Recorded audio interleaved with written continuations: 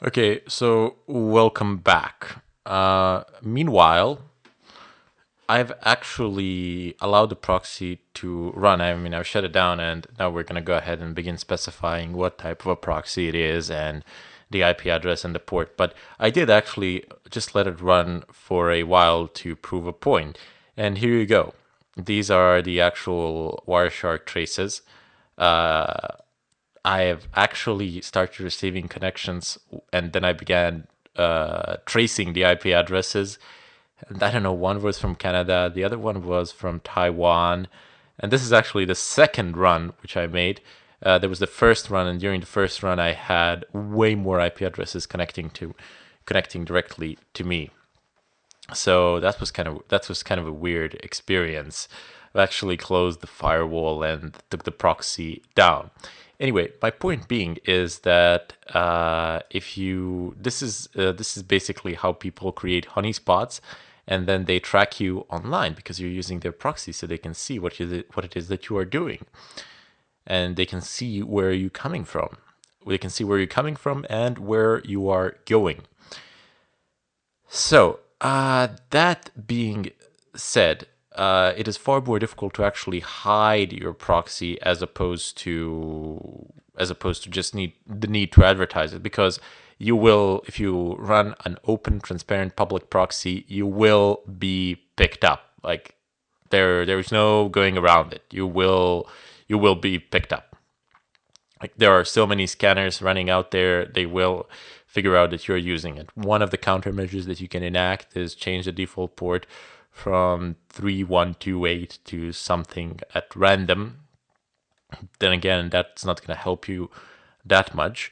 The thing that will probably help you the most is to actually set up authentication for your proxy, but that is not really the objective of today's exercise. The objective of today's exercise is to create a proxy honeypot through which people will connect, and where you will be able to follow up on the traffic. You'll be able to see what is going on. But I am not going to actually be recording anyone's traffic because I'm not interested in anyone's traffic. I will record my own traffic, and then I will show you that. If somebody at random connects during the session, I had nothing to do with it really, and nor do I particularly care for their traffic. I'm not gonna gather. I'm not gonna mess around with that. I'm just gonna mess around with my own information that goes through my own proxy. Anyway, let's go back to the vim slash etsy proxychains.conf, and squid3 by default is http, and then you type in the IP address of the server. You can just type in ifconfig and you will get the IP address here. So just copy paste it, and then the port which you configured, which is 3128. Now, before you actually start this, let me just right quit. Well, I don't actually need to write anything because I've already written it. And this is to be edited with a root user, not with a regular user. I just wanted to show you the entry. Anyway, there are a few minor modifications which you will need to make. So you see, I installed T-Shark so I can actually monitor traffic. I will show you how to do that as well. But let me just, I've actually even deleted the rule in the firewall in order to actually close it. Let me just show you. Nmap 46.101.153.159. Yep, there we go. So the port is not even visible. It's completely closed. It's gone, non-existent. I don't really care about that. If I do IP tables -L, you will see that the chain input actually doesn't contain entries, so the default policy will be to actually drop the packets, unless specified differently by some particular service or something like that. Anyway, let me just go ahead and so we don't need to actually start it. I'm just looking for the config file. Okay, so vim/etc/squid3/squidconf. Go into this file, and here we're gonna go ahead and enact some changes. So the first thing that we're gonna be looking is the HTTP access. So just press escape, /, and type in HTTP_access and press enter.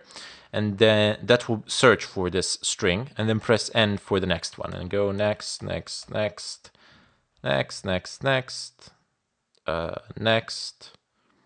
Okay, so this is the first line which you will need to change. There's going to be a hash here in front of this, so you just need to remove that hash. So just completely remove the hash, and it says deny request on to certain unsafe ports, which is basically if it's port 80 or something like that, the connections are gonna get dropped, which is not something that we want. So go ahead and remove that.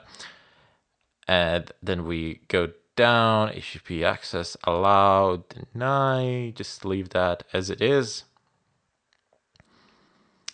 Manager, that's fine. Next, and okay, so at 15% of the file, you'll get like HTTP_access allow all. Okay, before you actually do this, or you can just, it's far better to just follow along and not actually do what I'm doing here. The default one will be deny all. Now, when you put allow all, this is a universally stupid thing to do. To basically allow all sorts of traffic to actually come in and go out, which is like yuck. But that's basically what a free, transparent open proxy is, and then people will be able to connect and work on all sorts of ports and do all sorts of things. So keep in mind that you will be held accountable and responsible for the things that are done from your proxy. So I'm doing. I like to think that I know what I'm doing, but I mean, I don't like to claim that I'm 100% certain at all times. However, I know for a fact that this is universally a stupid thing to do, but this is a method for creating a proxy honeypot, and I need to do it in order to show it to you. I'm doing it in a controlled environment. I'm going to do it for a very short amount of time, and I am going to monitor my own traffic. So I don't really have a lot to worry about because I will take the server down. I will destroy the server afterwards. But if you leave it running and if you have paid for it, you will be responsible for the traffic that goes through it. Keep it in mind. It's a serious thing, not a joke. Just please be aware of that fact. Okay, anyway, moving on. We're gonna go ahead and write quit, and then we're gonna go ahead and start. So systemctl start squid3.service. I've started, and let's go ahead and type in proxy chains for Firefox. By the way, make sure that all the instances of Firefox are closed before you start this. If they're not, this will not work.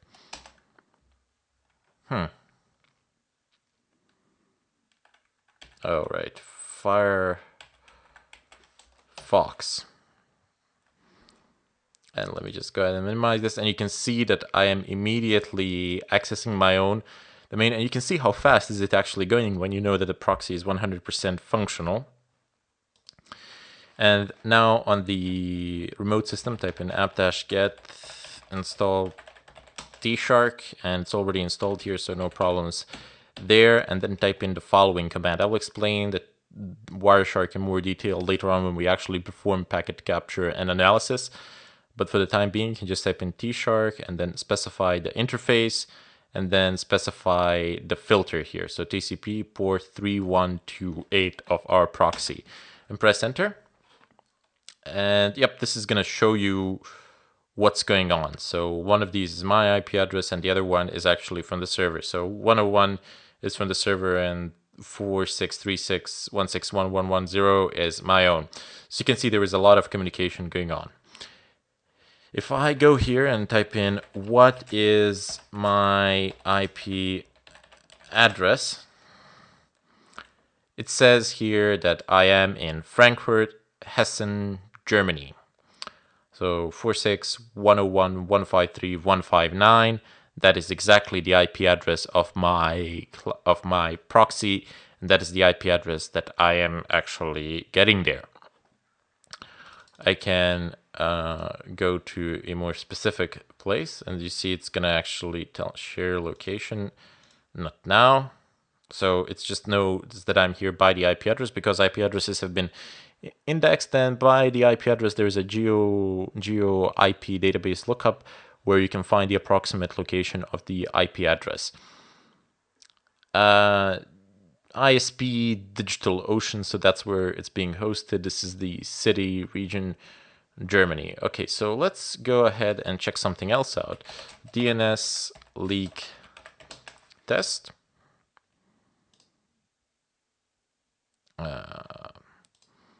Let's go through the standard test.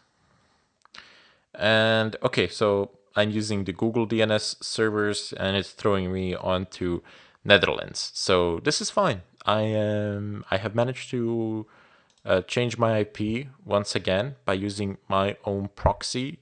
I've also changed the DNS servers, and the traffic is like blah blah blah somewhere going through here through this proxy system. Anyway, I'm gonna go ahead and close the browser, stop the capture here, clear the screen.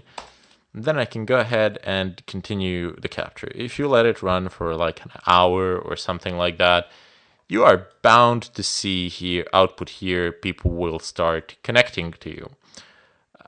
Just a matter of time, really. So make sure that you are supervising what is happening, and once you're done, make sure to actually shut down the service, and if necessary, implement firewall rules to actually close the port. But as soon as you shut down the service, it's going to be fine, because there will be nothing listening on the port, so it won't be open at all.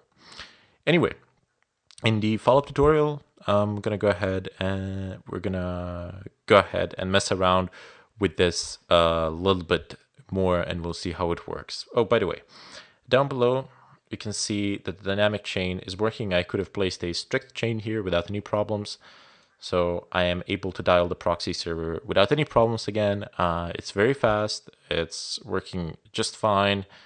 And some of the things are denied, but that's okay. All the sites have loaded without any problems.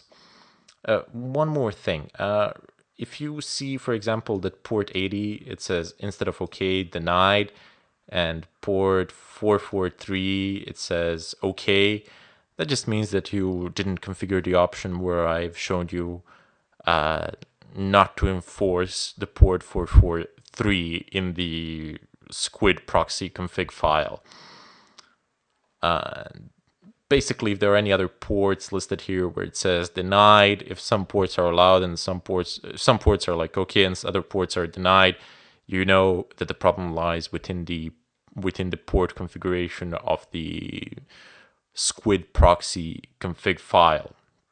There are a lot of things that you can do in that file. The file has more than 5,000 lines of code written in it, so you can implement a download of rules. You can specify that you can connect only from that the connections will be accepted on the proxy only from one IP address, that the connections will, I don't know, like require a username and a password, and that they will be permitted only on certain ports, etc., etc., etc. But as I said, this is not the objective of today's exercise. The objective of today's exercise is to create a honeypot from where the information can be extracted. Anyway, I'm gonna go ahead and bid you farewell, and we shall see each other in the follow-up.